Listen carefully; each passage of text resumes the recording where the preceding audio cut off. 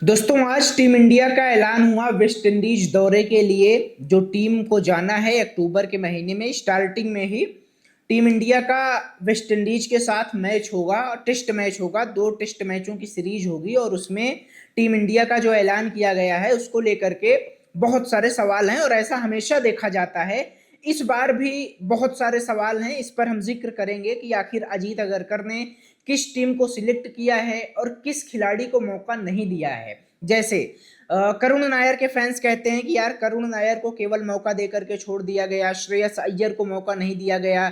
Rishabh Pant fans के लिए update है कि ऋषभ पंत आखिर टीम में क्यों नहीं चुने गए। अपडेट अभिमन्यु ईश्वरन के लिए है कि उनको टीम में नहीं रखा गया, मोहम्मद शमी को नहीं रखा गया। बहुत सारे बड़े नाम जो है वो टीम से बाहर हैं। क्यों बाहर हैं इस पर हम जिक्र करेंगे, साथ ही आपको बताएंगे कि टीम क्या होने वाली है। सबसे पहले हम टीम पर बात कर लेते हैं। शुभमन गिल को कैप्टन बनाया गया है और वाइस कैप्टन जो है वो रविंद्र जडेजा को बनाया गया है। इससे पहले टीम इंडिया के वाइस कैप्टन ऋषभ पंत थे, लेकिन उनका सिलेक्शन नहीं हुआ है। क्यों नहीं हुआ है ये हम आगे जानेंगे। यशस्वी जायसवाल है टीम में, केएल राहुल हैं, ओपनिंग करेंगे संभवतः। साई सुदर्शन को मौका दिया गया है, देवदत्त पड्डीकल हैं, ध्रुव जुरेल हैं और देवदत्त पड्डीकल को करुण नायर की जगह लिया गया है। ध्रुव जुरेल हैं, विकेट कीपिंग करेंगे। वाशिंगटन सुंदर हैं, जसप्रीत बुमराह हैं, अक्षर पटेल हैं, नीतीश कुमार रेड्डी को रखा गया है। बैकअप विकेट कीपर के तौर पर नारायण जगदीशन को रखा गया है। मोहम्मद सिराज हैं, प्रसिद्ध कृष्णा और Kuldeep Yadav as a spinner होने वाले हैं। अब हम बात एक एक खिलाड़ी पर करेंगे। सबसे पहले बात हम करते हैं कि जब अजीत अगरकर आते हैं सिलेक्शन के लिए, प्रेस कॉन्फ्रेंस करते हैं तो उनके सामने कई तरह के सवाल हैं जो हर बार पूछे जाते हैं, क्योंकि फैंस हर खिलाड़ी के होते हैं और हर खिलाड़ी को चुना नहीं जाता है, ये एक फैक्ट है।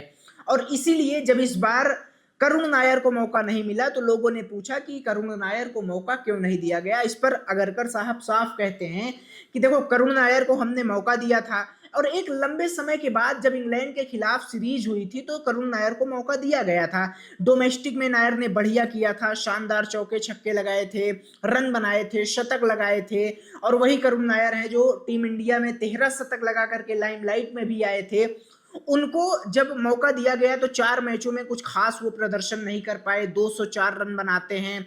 और उसके बाद जिस हिसाब से जिस प्रदर्शन की उम्मीद अजीत अगरकर और टीम इंडिया उनसे कर रही थी वो प्रदर्शन उनको नहीं मिला। और इसीलिए अगरकर ये कहते हैं कि साहब हमने जो उम्मीदें जताई थी करुण नायर से उस उम्मीदों पर खरा नहीं उतर पाए और अब हम देवदत्त पड्डीकल को उनसे बेहतर ऑप्शन देख रहे हैं।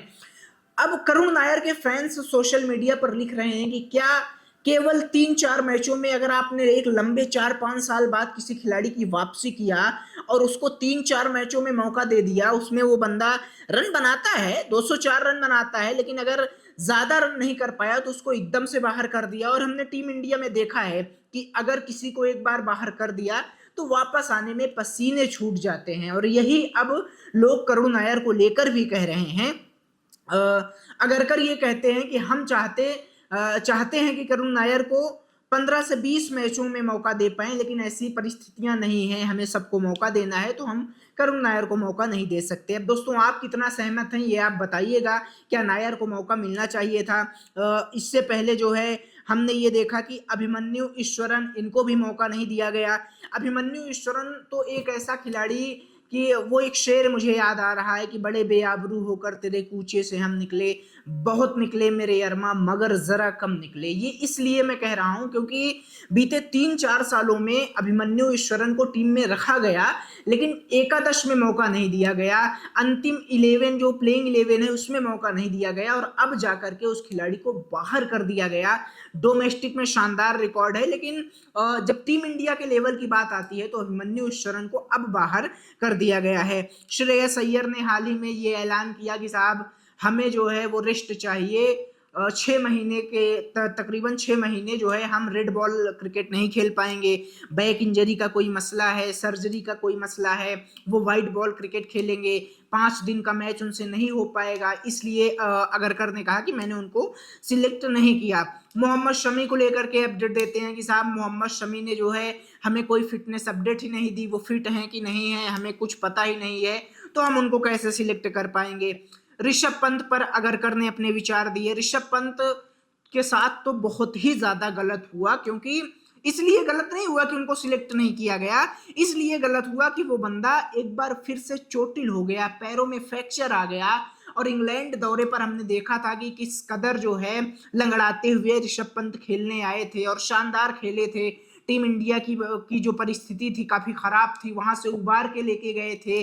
पैरों में फ्रैक्चर था, एक्सीडेंट हो गया था 2022 में, उसको लेकर के कहा गया कि साहब एक बार पहले ही पैर में चोट लग चुकी है, सर्जरी हो चुकी है, फिर से फ्रैक्चर आ जाना, पूरी तरीके से फिट नहीं है। लेकिन एक खुशखबरी ऋषभ पंत को लेकर के ये भी आई है कि नवंबर में जो सीरीज होगी इंडिया और साउथ अफ्रीका की, उसमें संभवतः ऋषभ पंत देखने को मिल जाएं। नवंबर में इंडिया और अफ्रीका के बीच जो है वो टेस्ट मैच की सीरीज होनी है। ऋषभ पंत जो वाइस कैप्टन थे टीम इंडिया के, अब नहीं होंगे, तो रविंद्र जडेजा को वाइस कैप्टन बनाया गया है। ध्रुव जुरेल, एन जगदीशन को एज अ विकेट कीपर रखा गया है। इस टीम में सब कोई है, बहुत बेहतर ये टीम होने वाली है। इसमें मैंने आपको टीम बता दिया, गिल हैं, जडेजा हैं, जायसवाल हैं, राहुल हैं, तो टीम बेहतरीन है। बुमराह की वापसी हुई है। अब देखने वाली बात यह होगी कि क्या ये टीम जो है वो वेस्ट इंडीज को हरा पाएगी, क्योंकि गिल कैप्टनसी करते हुए ये दूसरी सीरीज खेलेंगे और पहली सीरीज कमाल की गई थी शुभमन गिल के लिए, खास तौर पर जो बल्ले से रन निकले थे वो कमाल के थे।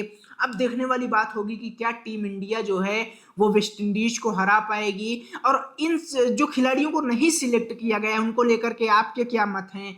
करुण नायर, श्रेयस अय्यर, ऋषभ पंत, अभिमन्यु, ईश्वरन, मोहम्मद शमी, तमाम सारे बड़े नाम जो सिलेक्ट नहीं किए गए। आप अपना विचार कमेंट बॉक्स में बताइएगा और जाते जाते चैनल को सब्सक्राइब और वीडियो को लाइक जरूर करिएगा।